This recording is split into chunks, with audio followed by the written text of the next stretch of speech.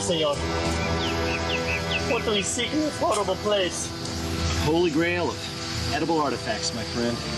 Golden idol so exotic, mysterious, and delicious that many call it the fruit of paradise.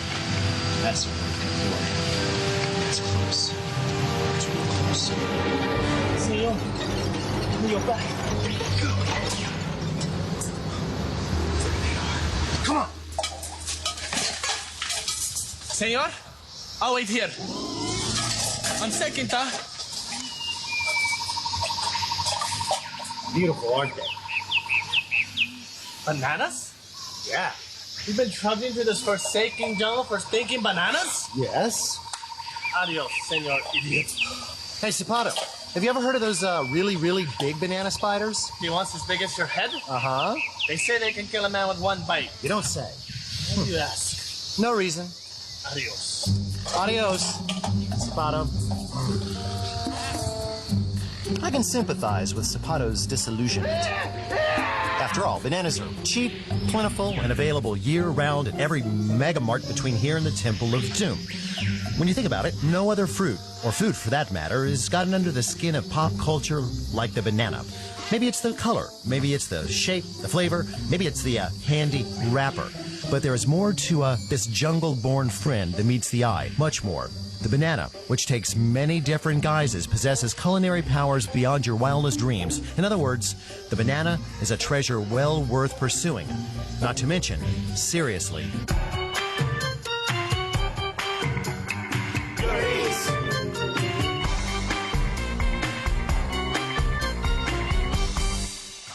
The banana's origins have been traced to Southeast Asia, probably India or Malaysia.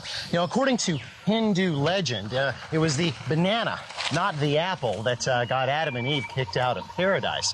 Accordingly, they covered their shame with banana leaves, not fig leaves. Certainly gave them more fashion option.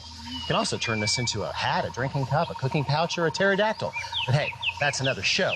As for bananas, I am looking for something I've maybe never had before. Excuse me a moment. Most historians believe that the Arabs brought the banana to Europe by way of North Africa and then Spain. And we know that a Spaniard, a friar named Tomás de Berlanga, brought them to the New World. He planted one single banana root, or a rhizome, in the West Indies around 1516. And that single plant spread so quick that later European adventurers assumed that the banana was a native tree. Now, I have no idea what kind of banana this is, but... Great Scott, man, are you all right? Patogo. Maybe that's his name. You, Patogo? No, me, Jeff. Bananas, Patogo. Oh, well, tell me, Jeff, how did you and your Patogo bananas get out in the middle of this jungle? This isn't a jungle. This is my backyard. What?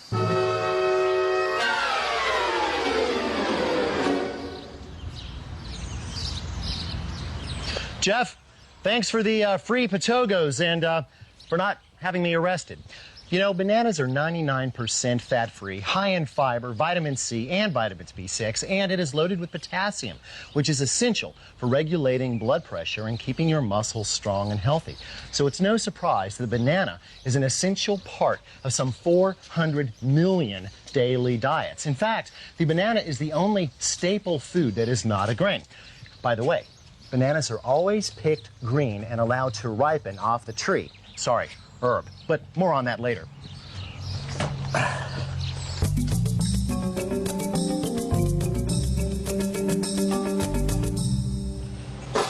Until refrigerated produce boats came into use in 1903, bananas were a rare sight in North America. But by 1905, banana imports topped 3.5 billion fingers. That's about 40 bananas for every man, woman, and child in the country at the time. They are still our most popular fruit. We eat about 75 pounds apiece a year now. Now, back then, there was quite a variety to choose from, but Not so much today. I mean, sure, you occasionally spot a Luzana banana or another miniature, or plantains, which we'll get into later, but by and large, this is the American banana, the Cavendish, or a Cavendish derivative. Why is that? Well, this grows on a very storm-resistant plant. It's the perfect single-serving size, and it's got a thick, bruise-resistant skin. Oh, interesting thing about this skin. About a decade after they came into this country, they became very popular street foods. Since there were very few trash cans in urban areas, most people just gave them a fling. So many city dwellers were either injured or killed in banana-related accidents that the peel became the poster child for the growing litter problem in America. Ironic, don't you think?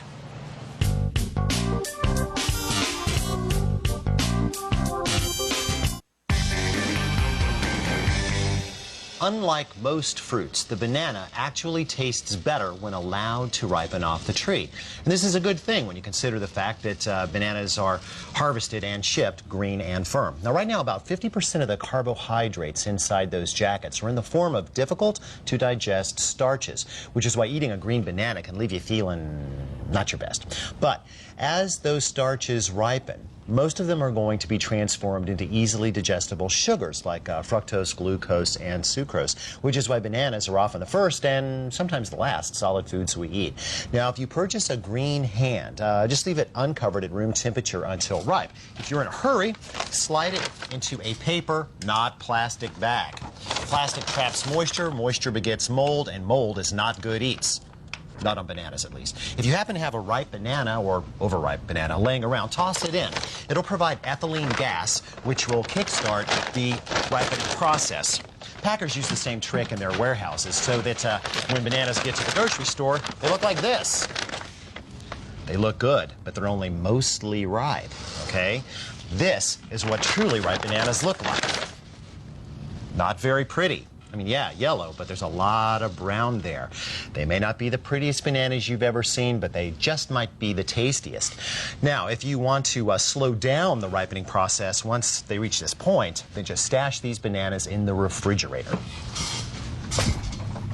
In just a few days, or actually a few hours in some cases, the skins will turn brown on you, but the fruit inside will remain tasty for up to a week.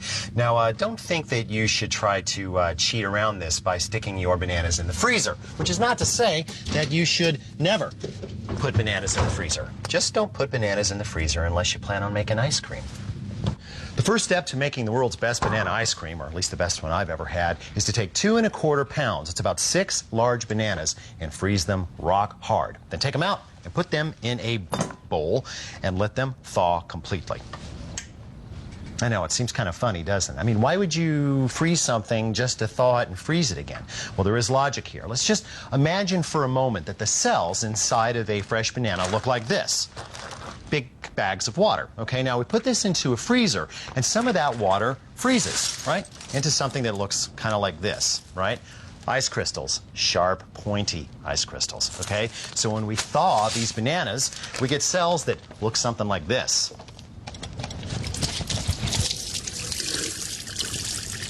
Thoroughly perforated. The result, very mushy bananas, which is exactly what we want. After your bananas thaw, peel them and bring them straight to your food processor. You may have to kind of break them up to get them in there. That's okay. There, just pack them in there. Now, the first thing I'm going to add to this is a tablespoon of lemon juice. I'm going to let that spin for a couple of seconds. There we go. See, the lemon juice contains almost all acid, and that acid is going to interact with the enzymes inside the bananas and keep the bananas from turning brown. There we go. Now take off the lid and add 3/4 cup of corn syrup, light corn syrup in this case. And I'm going to go ahead and toss in the insides of 1 vanilla bean. Now, if you don't have a vanilla bean in your house, you could always use half a teaspoon of vanilla extract. I'm going to start spinning this up again, and then slowly drizzle in 1½ cups of cream. This is, after all, banana ice cream. Nice and slow. That'll create an emulsion, almost like a salad dressing. Nice and smooth. Before attempting to churn your ice cream, make sure you thoroughly chill your ice cream mix. There are two very, very good reasons for this. One, chilling will allow time for the flavors inside here to mellow. That's not really going to happen once this is turned into ice cream. The other reason is the colder this is going into the churn, the better. Okay, if this is at refrigerator temperature, say 38 to 40 degrees, it means less time churning. That means smaller ice crystals, and that means smoother ice cream.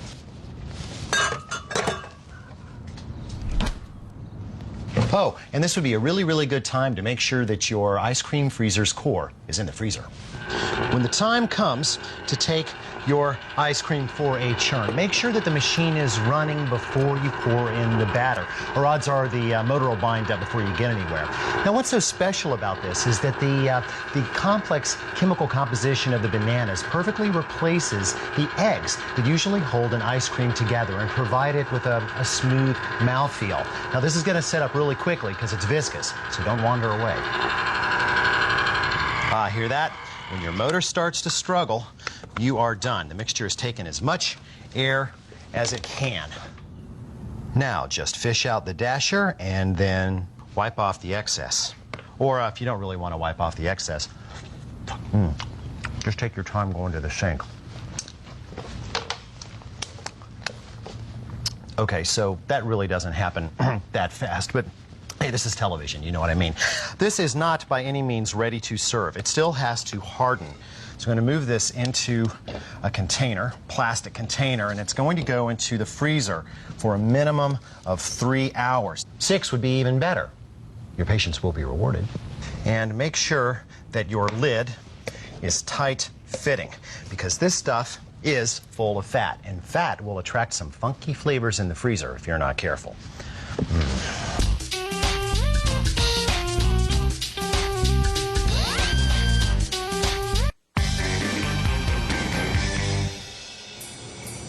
Although the banana is most often associated with homey fare, it's got its elegant, sophisticated side too, which is best embodied by a dish that is as simple as it is delicious and as much about theater as cuisine. I speak, of course, of Bananas Foster.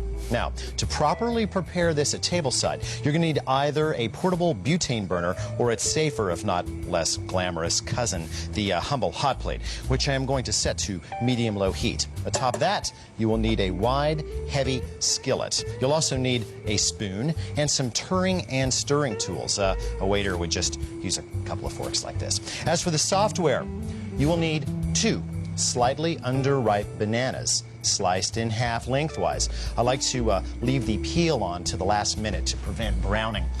There we go. Now for the sauce, which we will make first, 2 tablespoons of unsalted butter, 1/4 cup of dark brown sugar, 1/4 teaspoon of ground allspice, 1/2 teaspoon of ground nutmeg, 1 tablespoon of banana liqueur, 1/2 teaspoon of finely grated orange zest, and 1/4 to 1/3 cup dark rum, depending on how much flash you want in your pan. Shall we begin? Excellent. First, we melt the butter. And as soon as it is melted, add the brown sugar and the spices. Just kind of work that into a syrup, then add the liqueur. You may have to line up the banana slices right up next to each other in order to get them in the pan, but try to make sure there's at least 1/2 inch of space between for the syrup to bubble up. Now, we'll let these poach for 1 minute. These bananas are already pretty tender, so just scoop up with 1 fork and kind of flip it over onto the other fork and lay it down gently. There. Now, we'll let these poach for 1 minute. Time to lift, and this is where the 2-fork configuration really comes into its own. There we go. Now, just return the sauce to the heat so that it can come back to a simmer. That is important. Ooh, it's also important to review our flambe ground rules. Okay, here we go. Let's see.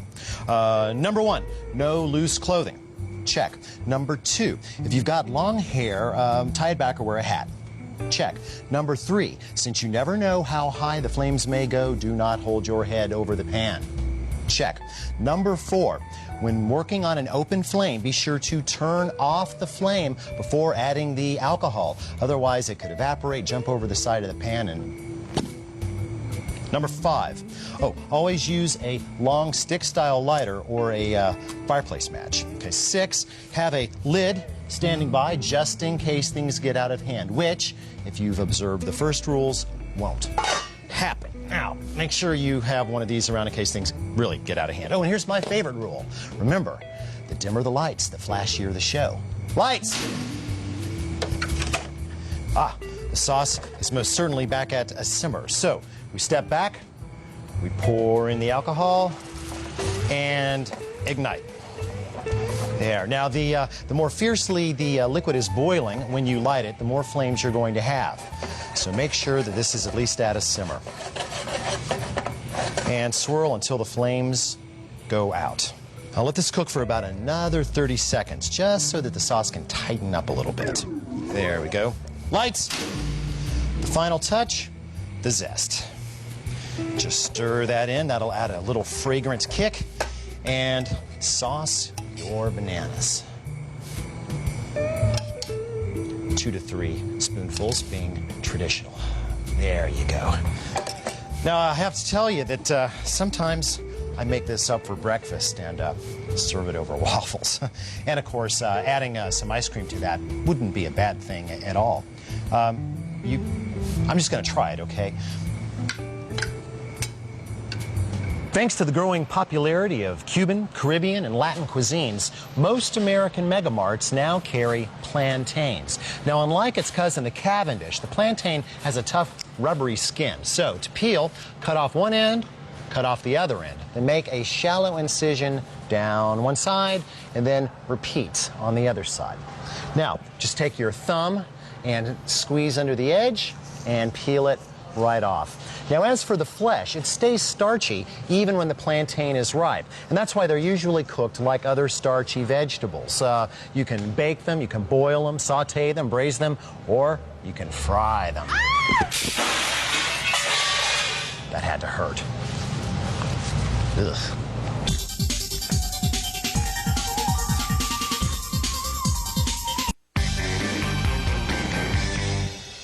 I'd have to say that fried plantains are probably the best food trick I know. I like them because, well, they taste good. They've got kind of a funky procedure, and you get to use a lot of tools. You are going to need one draining rack on top of a pan with a lip. You are going to need a wide saute pan containing at least 3/8 of an inch of 325-degree vegetable oil. You are going to need an inverted pan with a little bit of parchment paper. You are going to need a wooden or plastic spatula. You will need a bowl containing 2 cups of water with 1 teaspoon of salt and 3 crushed garlic cloves.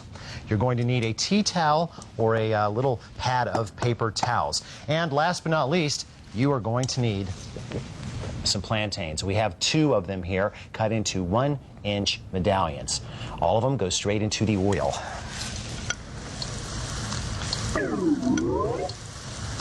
There, now once you've got them all in, and the oil looks about right, we'll let these cook for 1.5 minutes. Odds are good that after a minute you'll have to raise the heat a bit to replace what the plantains have taken away. Let's go ahead and roll them over. That's perfect, just golden with a touch of brown. There we go. Let these go for another 1.5 minutes. Another 1.5 minutes has gone by and it's time to evacuate. But first I'm going to turn the oil down a bit. Not off, because we'll be back.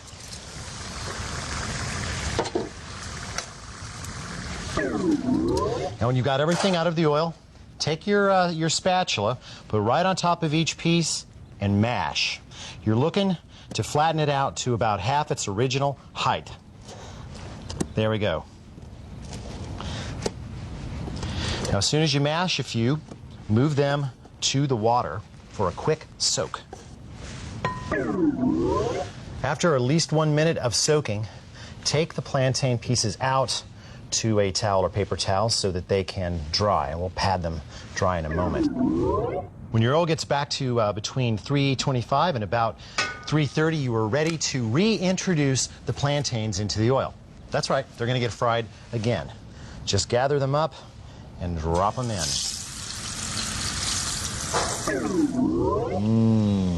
Time to evacuate. Just take these straight over to your rack. Let them drain thoroughly, and you also want to season them well while they are still hot, just as you would French fries. Actually, these are better than French fries. Just look at them. It's like they were coated in batter, but they weren't. It's another banana-based miracle. Well, I hope that this last half hour has made a true banana believer out of you. Yes, indeed, they are good on cereal, but this plain little yellow wrapper holds a greater culinary power. Don't let it slip away. Slip away.